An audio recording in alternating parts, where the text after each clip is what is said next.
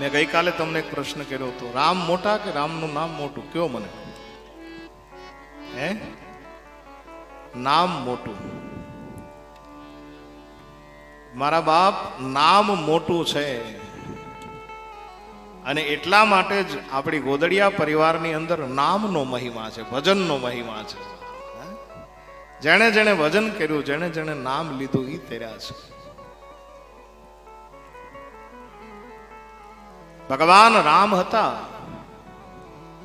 ત્યારે કેટલા તર્યા? આંગળીના વેઢે ગણાય એટલા તર્યા. તાડકાથી શરૂઆત થઈ, ભલે મારી પણ તારી. અવતાર કાર્યની શરૂઆત તાડકાથી થઈ છે. એને મારી ભલે, પણ સંતો એવું કહે છે કે તાડકાને મારી પણ આખરે તારી છે. કેમ કે તાડકાનું બ્રહ્મ તેજ ભગવાન રાઘવેન્દ્ર સરકારની અંદર સમાયું એટલે તારી છે. આગળ જતા અહલ્યાને તારી, ગૌતમની નારી. એનાથી તમે આગળ જાઓ તો શબરીને તારી. એનાથી આગળ જાઓ તો રાવણને ભરે માર્યો પણ આખરે તાર્યો. મારો કહેવાનો મૂળ સૂર એ છે કે આંગળીના વેઢે ગણાય એટલાને ભગવાને તાર્યા. જટાયુને તાર્યું, શબરીને તાર્યા. પણ મને એટલું કહો કે આજ રામ નામથી કેટલા તરે છે? રામનું નામ લઈ અને જગતની અંદર ઘણા બધા માણસો એવા છે કે જે તરે છે.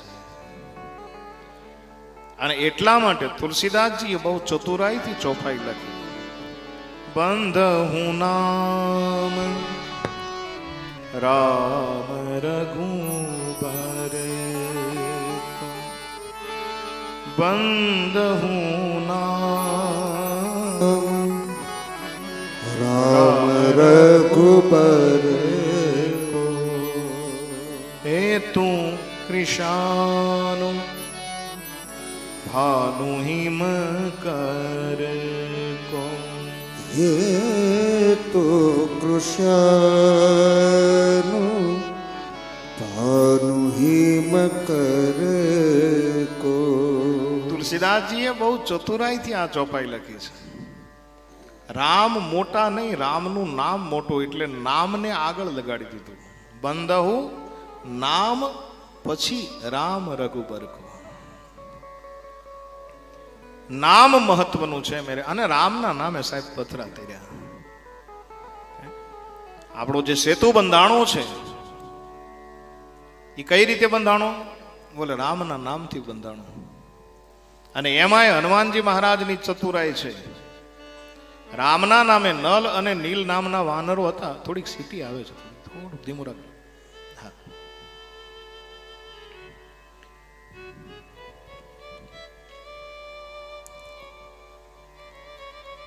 નળ અને નીલ નામના વાનરો. વાહ, ધન્યવાદ.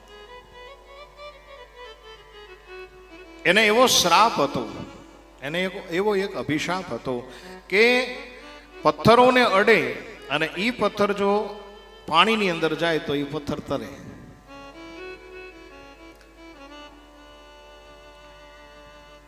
આવો શ્રાપ શા માટે હતો એની એક કથા છે.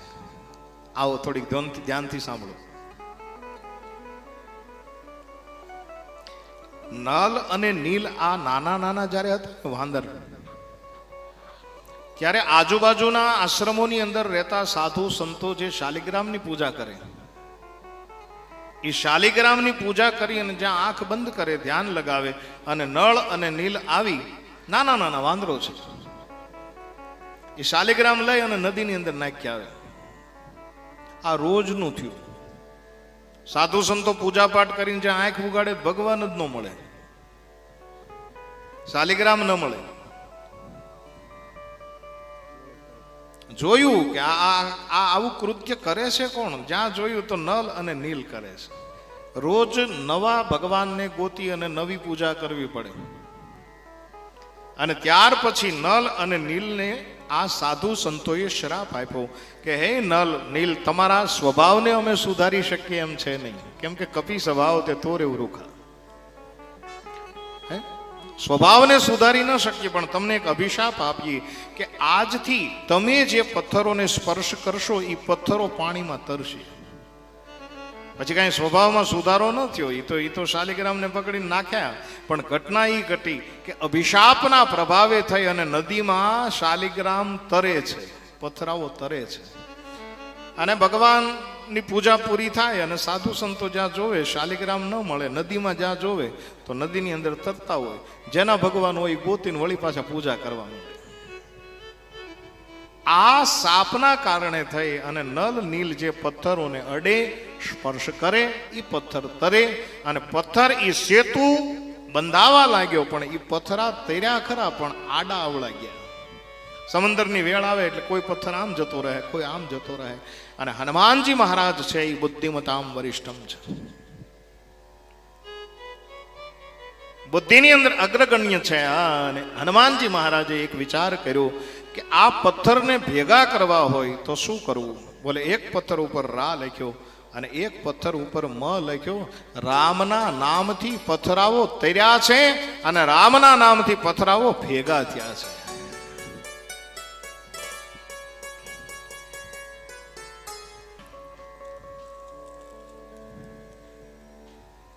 તો રામના નામથી પથ્થરો તર્યા છે, રામના નામથી પથ્થરો એકઠા થયા છે, ભેગા થયા છે.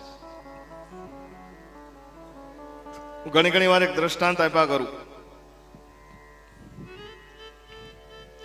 રામના નામથી જ્યારે સેતુ બંધાવા લાગ્યો ને, પથ્થરો એક થવા લાગ્યા, પુલ બંધાવા લાગ્યો, સેતુ બંધાવા લાગ્યો, આ અને ઘટના એ ઘટી.